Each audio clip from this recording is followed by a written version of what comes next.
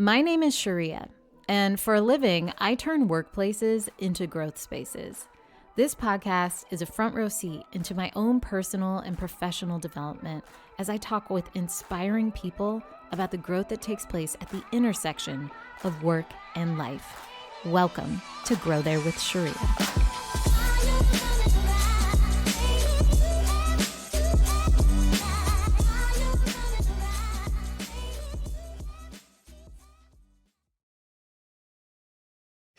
I am so happy that you are here with us once again. I know, y'all, we have been on a hiatus, but we are back and in action and ready to bring so many incredible people and their stories to you. But thank you for thank you for hanging in there. I know some of you were messaging me and sending me emails saying, when is Grow There with Sharia coming back out? We are here, and I promise we're not going anywhere. We just needed to take a little break, and I'm really excited about what's to come. And before I do, I have a few things I want to talk to you about today. One is I want to just thank you so much for listening, for sharing, for telling people about this podcast. We found out in December that Spotify named Grow There with Sharia a rising star in podcast because of our growth this year. And that is because of you. So thank you so much. And the funny thing is, most of our listeners aren't actually even on Spotify. They're on Apple Podcasts. So I am just amazed at all of you who are out there listening, spreading the word. Thank you so much. If you haven't already given us 5 stars and subscribed, please do so. It really helps. And we love you so much for that. The other thing is, I've been doing some really incredible work. Many of you know the legend that is Hoda Kotb.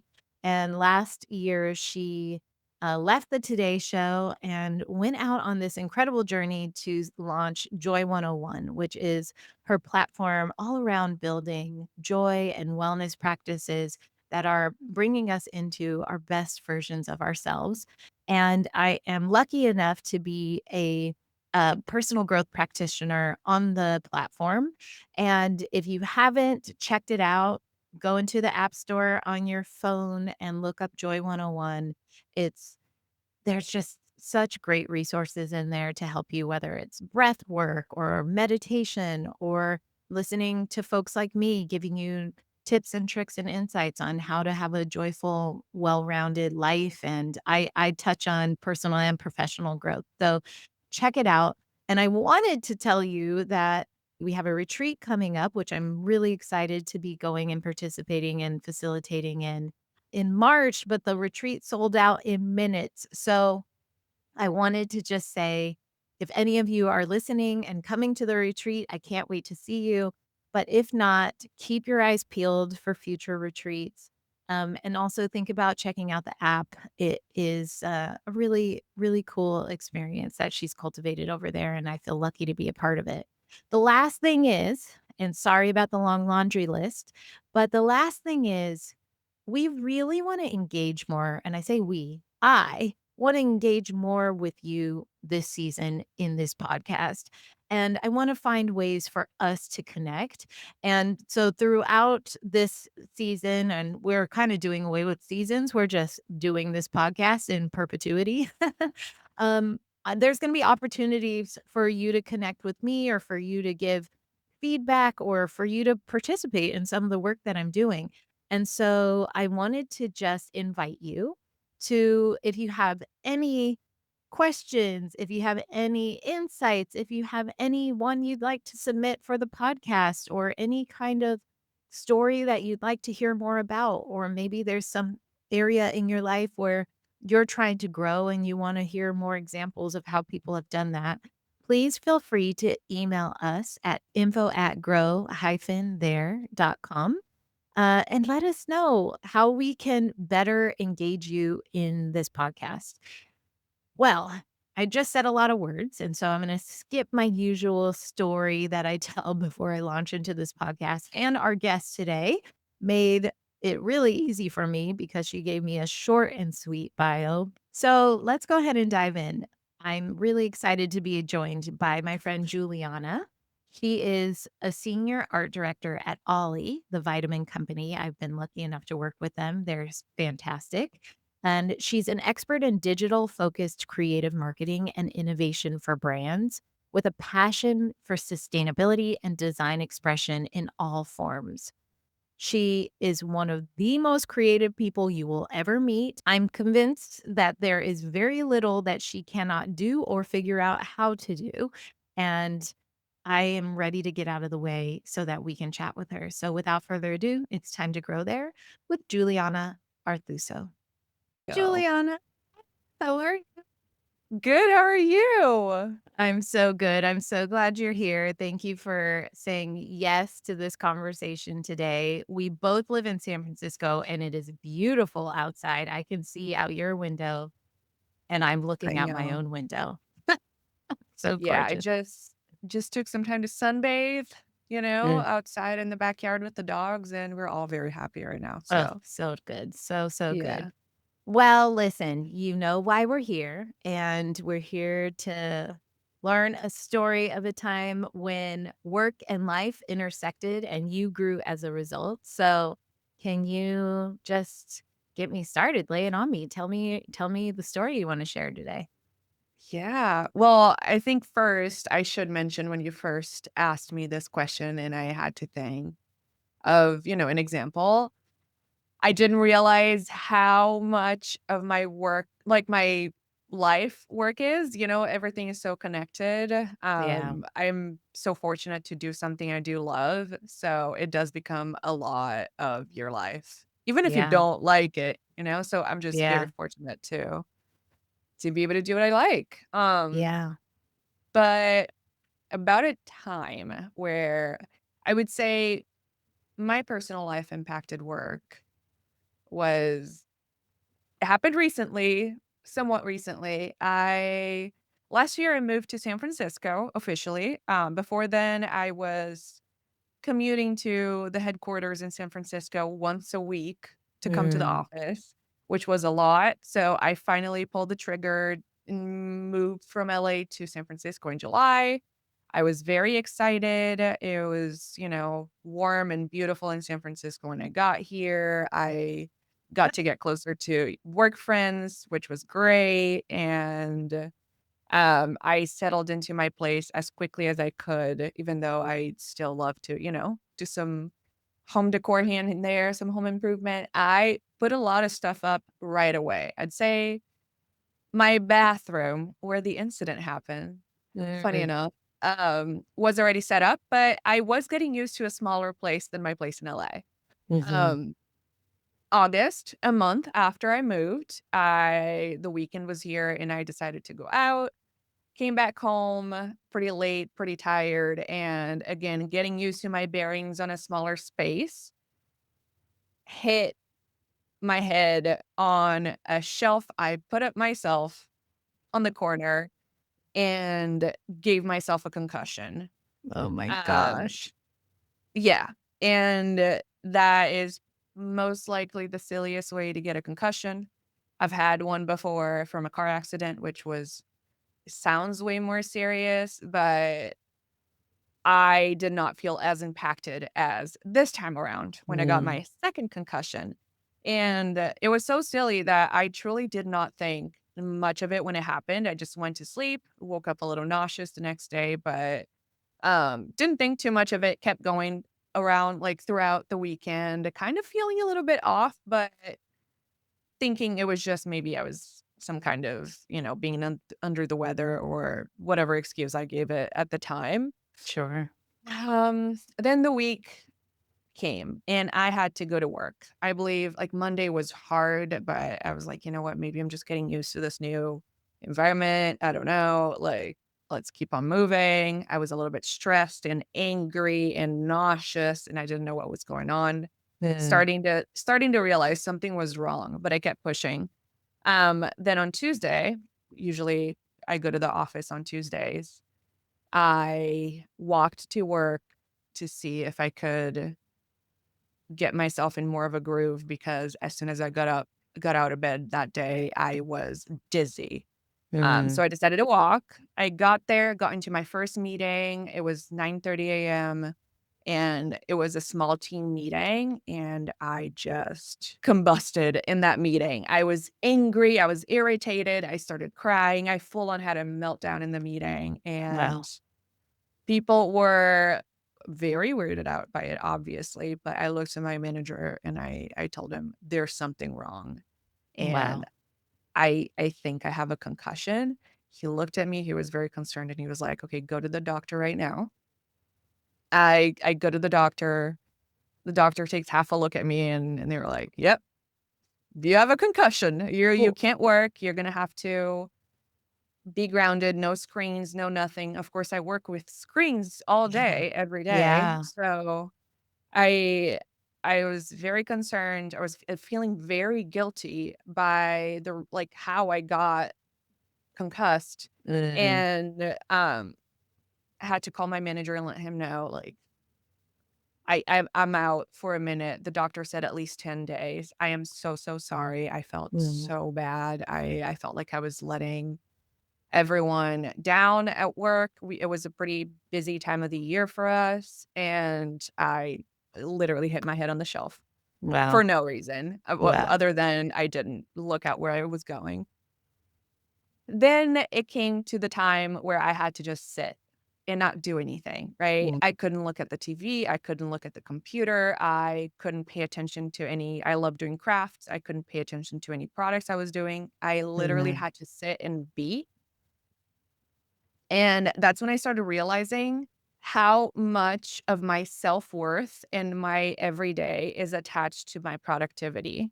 If it's not at work, it's in my personal life. I always have to have something that I'm working towards, that I'm working on to feel like I'm fulfilled in some way. And I completely disregarded my self-care for a long, long time Mm. because taking a moment for yourself means you're taking a moment away from creating something in Yeah. my, at that time in my head.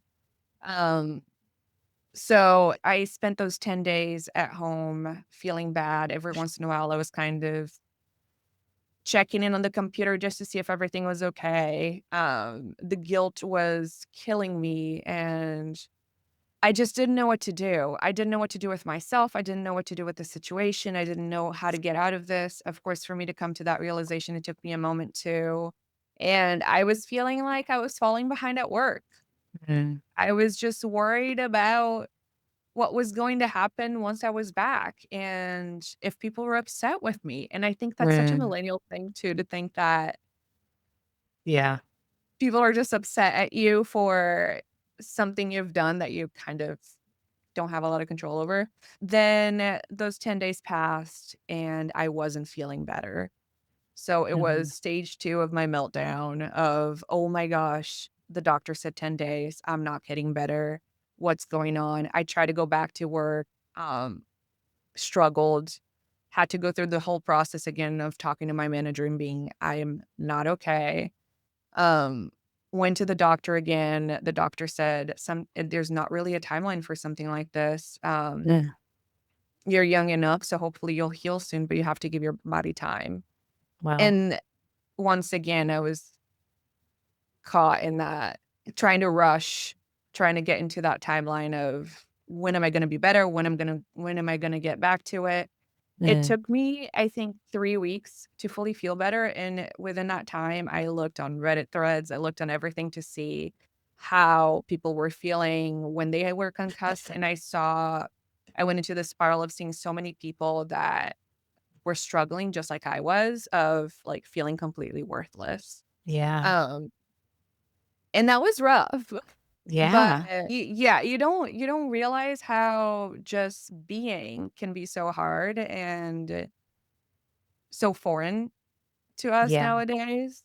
After I got back to work, I had to start little by little. I learned to give myself a little bit of grace, and I will say the self-care, the sense of worth by creating things, by being productive at work, by being productive at home, it doesn't go away quickly. It's something that I'm glad I'm aware of now Mm. and that I can work on, but I know it's gonna take me some time to really be okay with taking breaks and pausing and taking care of myself. Yeah. Um, Yeah. yeah. There's so much to unpack here. I think there's just a lot, and I think a lot of people have gone through things that kind of take them out and have to experience this, but to have to experience it in the sense that you can barely do anything is probably more rare, you know? So I'm just curious, when you started coming to this realization that you were just struggling to just be, how did you comfort yourself in that process? What were the things that you did then to get through that? And I'm asking, not, I think there's kind of like a superficial way to ask that question, like, "Oh, how'd you get through it?" And that's good too, but also, I just when you're with your mind in those moments, there's also kind of this opportunity that's arriving at your, like, that you're forced into to, like, see yourself and be with yourself. And I'm almost asking, like, how was it to be with yourself? And what was it that you discovered about yourself on the deeper level during that time? I think the answer might sound so cliche, but, it is the truth. At first, when I was like, "What am I gonna do? Like, what I Mhm. can't do anything. How do I just sit and do nothing? Am I gonna just sleep all day? Yeah. I can't do that, physically, although I love sleeping, don't get me wrong. But, um, I just sitting here and of course I couldn't be with someone the whole time, right? Yeah. People have to work and friends are busy, my boyfriend had to work. Um, I just started looking around and realizing how much had happened in just that 1 month and how far I'd come in my life up to this point. I think I lived my 20s at such a fast pace that, of course, I was stopping and enjoying my weekends, enjoying my life, and being grateful for where I was at, but I really had time to sit and check my surroundings and check my life. I have 3 animals at home, that I rescued, Mm. and they go everywhere with me. Well, I have 2 dogs and a cat. The dogs go everywhere with me, and they're always present, and they bring me so much joy, but really, the extra time I had just to look at them and feel their love and, just Yeah. feel their presence and looking at this new space that I'm crafting for myself. I just moved into this new city and see the potential of the life I can create here. Mhm. Actually sit and realize how much I had already done to the place. By no means I'm thinking being productive isn't good. Mhm. It really brings me joy to look around and see the things I've done, but being productive all the time isn't sustainable. And Yeah. that's what I was kind of getting into grips with. I was able to actually sit, feel the wind on, the breeze coming through the Mhm. window and Mhm. like touching me and sitting on the couch that I put in a placement for a reason Mhm. and looking at my dogs, looking at my cat, like, looking at myself in the mirror and just being, "This is me. This is Yeah. the life I created, but this is me." It's so hard to explain that kind of, like, connection you have when, when you're present. Yeah. Yeah. Well, I think what you're saying, and what I think is just so interesting. So let me back up. I went on my first ever silent retreat when was that? Last month, September. And and very obviously different than the force quit that you went through. I chose Reset. to go. I chose to go and be in silence for a week. And and there was program, but the program was basically all different forms of meditation. And I found it so nourishing to be in silence and to just be not doing anything, and that there's lots to unpack on, what a silent retreat is and how that felt and all of that. But what I love about what you're talking about is you were forced, maybe not in silence, but you were forced to quit, but surrounded by this world you've created for yourself. And to actually give yourself the time to take it all in is something I just don't think we do as much as we need to. We're so busy in the doings. So busy making the things or creating the things that we don't actually sit and say like, "Wow, look at," to your point, "the love that I have with these dogs and my cat that I rescued. Look at the beauty of this thing that I made," and to really recognize that we are in this space that we made and makes us, you know? And I think that's something that I think of getting a lot more into meditation these days and a lot more into being present and a lot more into allowing my sensations to come alive. And that's what you're talking about. When you're in that kind of force quit mode, you you see and feel and experience the things that you do every day and take for granted differently, I imagine. Yeah, exactly, and there's I was able to connect to who I was in a sense and what I needed, but also I was able to just be and connect regardless of, my ego or sense of self. I was Mhm. just there. I was just looking, literally just smooth brain, no vibe. What did they say? Smooth brain, just vibes. Something. Yeah, We're just yeah, for there. sure. And after a certain time, I was okay with that. And I remember it being some time in my life where I was so grateful, even though something happened that, put me in a situation that I felt so powerless. It gave me time to be just so grateful for my surroundings and the amount of love I received too, just Yeah. people checking in on me and like really feeling like people cared and I was cared for and just my partner stepping up on going to the doctor with me, like Mhm. really seeing care and affection in action at a hard moment, even though it started so silly, it became such a struggle for me. Um, it was really special, and it really gave me appreciation too when I got back to work for where I'm working, what I'm doing, what I'm building in that company, and how I should look at that work too. Because Mm.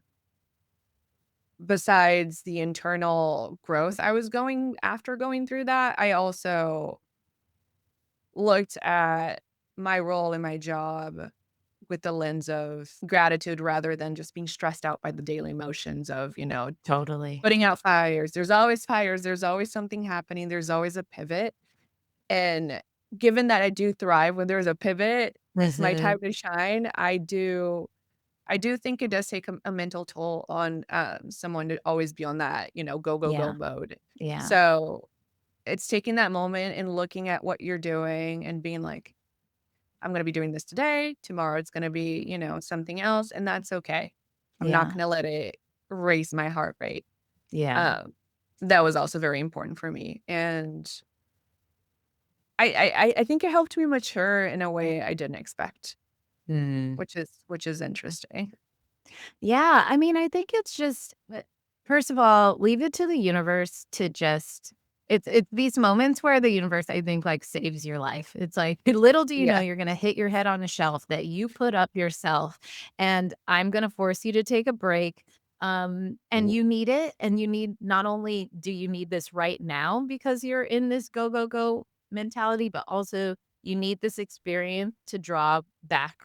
You need to be able to draw from this experience in the future because you are gonna be someone who's hyper productive, and you are gonna be someone who's hyper creative, and that's a beautiful thing about you. That is an amazing thing about you. But you have to take that time to not only to not only rest, but to experience what you've created, to actually take it all in, like, it's actually such a gift, I think. And I also while you were talking, I was thinking about the phrase, like, how we say, "How are you doing?" Like, when we talk to and I'm like, "Why do we use the word doing for that?"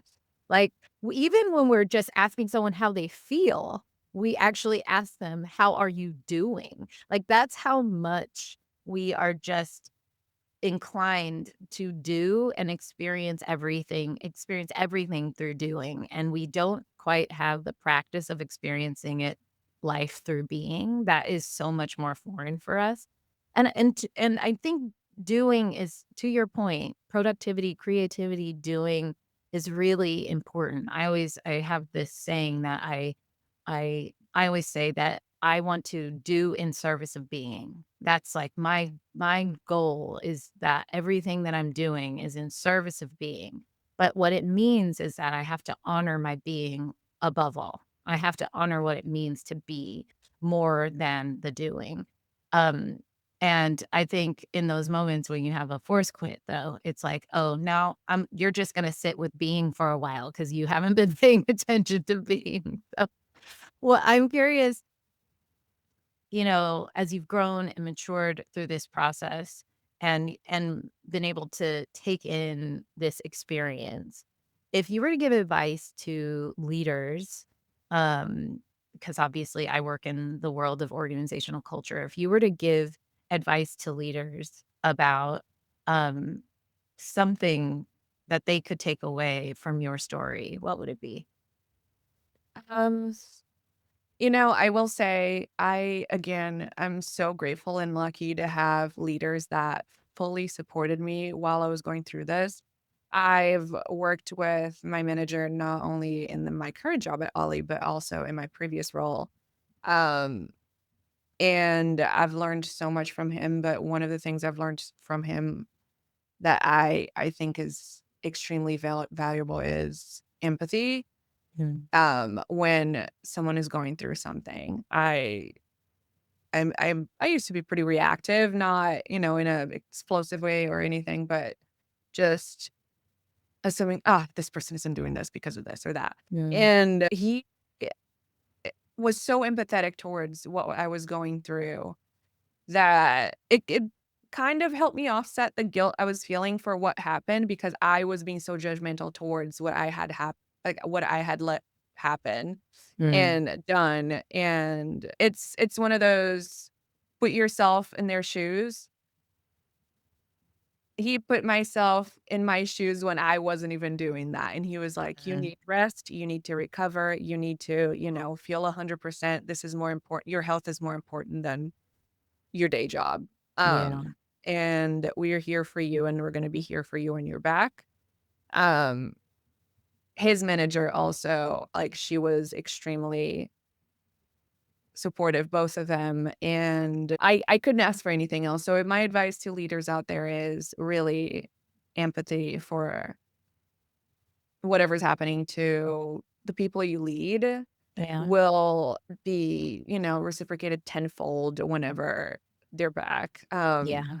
and into their direct reports. It's really all someone can ask for is empathy in a moment like this and support, like, to Yeah. know that they don't have to feel guilty for whatever they're going through. They can really take that personal time and reset. So, Yeah. the leaders will reap the benefits when their people are back. They'll be back and stronger. Totally. And, I wanna say this just to give a shout out to Ollie, who I'm grateful to have been able to work with. I think also on a culture standpoint, it's walking the walk. Ollie is a wellness brand, right? And to care about your well-being, they are living that culture by doing that, and I think that's another great example of showing up and like living the values of the organization. They did that in the way that they supported you, the way your manager supported you. So kudos to your manager. Really, truly. And also, I think it goes without saying that you're super talented. And so when something like this happens, you're a great leader is gonna say, "We know Juliana, and we know her work, and we know how she shows up. If something's going on, if we have a player down, we need them to take care of themselves and go sit on the bench, go take care of yourself so that we can get you back in the game, and when it's right for you and when it's right for the team," you know? So, I think that's just I'm so grateful that you had such a positive experience with that and that you were so supported, and honestly, I think this I am going to think about your story a lot because I think anything could happen to us at any point in time. It's not like, the fact that you were feeling guilty about this for doing it for such a silly reason, it's like humans we are, like, hanging on by a thread at all times in this life. We have anything could happen, and we have to show ourselves so much grace when these moments happen, and also I think we have to make meaning of them, and not in a way that's, like, being toxic, like, no toxic positivity or anything like that, but no, we have to really sit in and be like, "What is the opportunity for me here? What is the opportunity for me to learn and grow from this moment?" And, of course, we'd prefer to not have to live into those moments. It would be convenient to not have to do it, but those are the moments that those are the moments where we really honestly do some of our best work or come out stronger, even when we never signed up for that thing, even when we didn't sign up to just randomly bang our head on a shelf. Yeah, yeah, I could not agree more. I also, there's this sense of whenever I mean, we were raised to be, so productive, and the "how are you doing" thing to me resonates because it's I come from Brazil, you just say, "How are you?" in Brazil, you don't Mhm. say, "How are you doing?" Um, and I think I thrived after moving here because I am so, always in tune with what am I gonna do next, but at the Yeah. same time, there's as again, my manager likes to say, there's, um a light side and a shadow side to everything, right? And the shadow Always. side of that is that truly you don't stop sometimes. And I was going at such a pace after I moved that I remember the day I got here, I moved all of my stuff into a U-Haul and started driving from LA to San Francisco in the U-Haul with all my stuff in the back and the 3 animals. And I was so tired the first day that I locked myself out on a weekend and had to Spider-Man on my building to get through the window on the 2nd floor, and just thinking of what I had done and how bad that could have turned out, Yeah. and, and how lucky I was, to get out of that unscathed, but then a few weeks later, hurt myself for the silliest thing. It really is, like, you must stop, you Yes. have to have a break. Yeah, So, yeah, things definitely. will happen when they need to happen regardless of what you do, and you just have It's to so true. accept that. It's so true, it's so true. Well, listen, thank you so much for sharing your story. I'd love to do some rapid fire with you if you are down Yes. for it. Okay, so fill in the blank. Growth is Growth is learning by listening, watching, and trying mm, regardless on of if you're gonna succeed or mess up. love it. Listening, watching, and trying. I love that. What was the very first thing you realized you were good at as a kid? Um, I think it was drawing. I love Drawing. drawing. Yeah. Yeah. Yeah, love that. What was your first job? I was a retail associate when I was a teenager working at a Wow. department store. Yeah. Retail associate, so fancy. Who Yeah. who was the best boss you ever had? My current boss, and I've Love been with him for a while, so I'm very happy about that. I love that. What's something you're trying to learn right now? Right now, what I'm trying to learn, deep answer is still trying to learn how to take better care of myself. Mm. Um, More straightforward answer, I am learning how to make some different sewing patterns. Yes. I love Yes. that so much. I really wanna get into pattern making, but we can offline that. Yeah. Um, What is something you're trying to unlearn? Something I'm trying to unlearn, overcommitting. Overcommitting. I'm trying to be more realistic with my time and stop saying yes to everything without thinking like, do I actually have time to do that? Or will I have the energy to do that at a certain Mm. date, you know? That is so good, and I'm gonna break my rapid fire moment here because you do have your hands in a lot of pots, and I wanna take, like this is so people who listen, I never break this, but I do wanna make sure that we talk about, like, you have your hands in so many things. You're invested in kind of a new thing right now. Do you wanna share a little bit about that? Yes. Well, as I mentioned, I do love my job. I love what I do. I'm so grateful to have gotten into a creative field when really that is what fills me. But I am very, very passionate about sustainability as well. And um, I believe that again, you'll see that the overcommitting thing, but like I believe that if you are not finding full fulfillment on one thing, why not try something else as well and see what happens? So I'm very invested in this new company that I partnered with to upcycle, recycle textiles. The textile industry is one of the highest pollutants in the world, and with overconsumption and fast fashion, it's just getting worse and worse. Mm, So we are trying to find a way to kind of not put a stop to that, but find a way to make things more circular. yeah, Circular economy is a concept that's out there. I highly recommend that people take a look at what it looks like, circular economy, circular fashion. But the goal here is to really intercept things from going into landfills and, bringing life to them again and giving yeah, them a new chance to shine, especially with um, polyester and based textiles. They're gonna be here for a while, so we might as well find different ways to use them, even if it's yep. outside of fashion. Oh, Yeah. totally agree, and I know the company's called Future Proof, and they had Yes. an event yesterday, and I got to swing by, and one of the things I love that they're doing is this corporate takeover. Is that what it's called? Like, corporate takeover? Corporate rescue. Corporate rescue. I love this so much because those of you all who listen, you know you get a ton of swag all the time at your jobs, and they always have extra swag left over. And so they're basically rescuing this swag and repurposing it. So, like a hat that had the company logo on it is now a hat with a different, San Francisco across it or something else. I think it's so brilliant. And I don't know. I'm assuming y'all will collect, any kind of things that need to be corporately rescued, so feel free to Yes. find them at Future Proof. I think it's just so brilliant. Okay. Thank you. Well, thank you for sharing that. Your hands Sure. are in many pots. So now let me go back into rapid fire, which is tell me a book or a movie that changed your life. Um,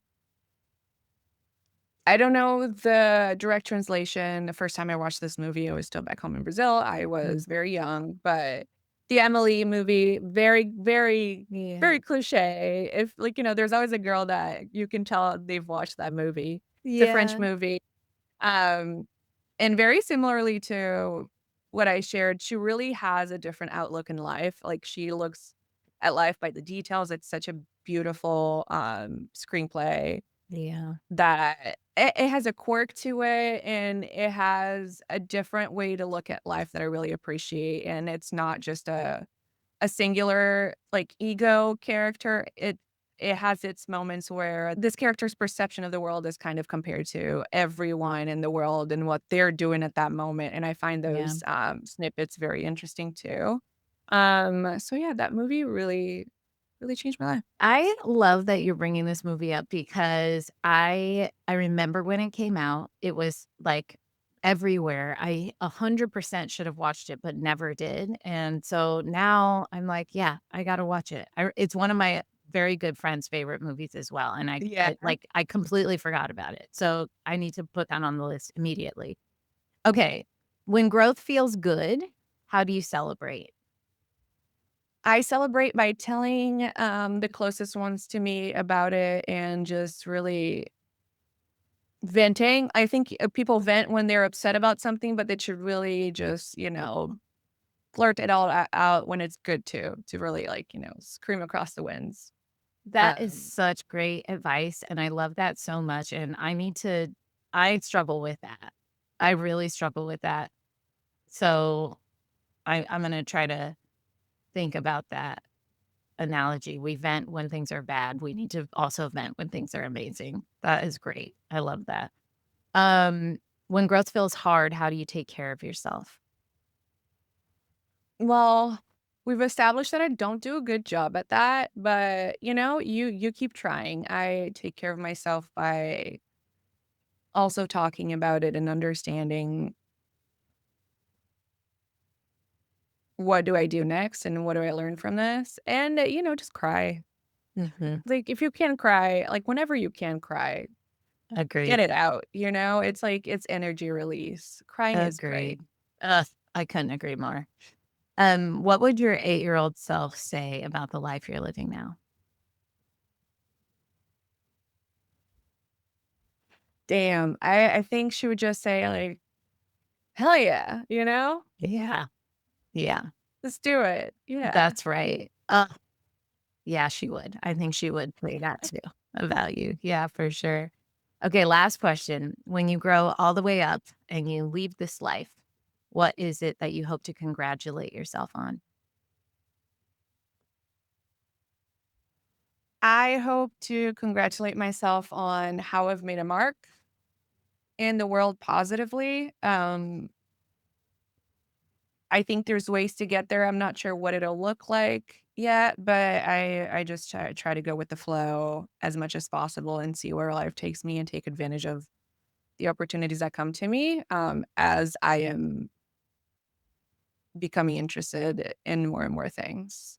Yeah, And I hope to build a beautiful family someday, all that. But for now, that's it. I love it. That's beautiful. Well, Yes. Juliana, thank you so much for joining me on today's episode. And I'm so grateful that you are in my orbit. It's really special to have all that beautiful creativity in my orbit. You're wonderful. Oh, so are you. I'm so happy. Thank you for inviting me. As you know, I love chit chatting and talking about life. So yeah, I couldn't be more grateful for you and for being here. Awesome. All right, y'all. Well, we'll see you next time.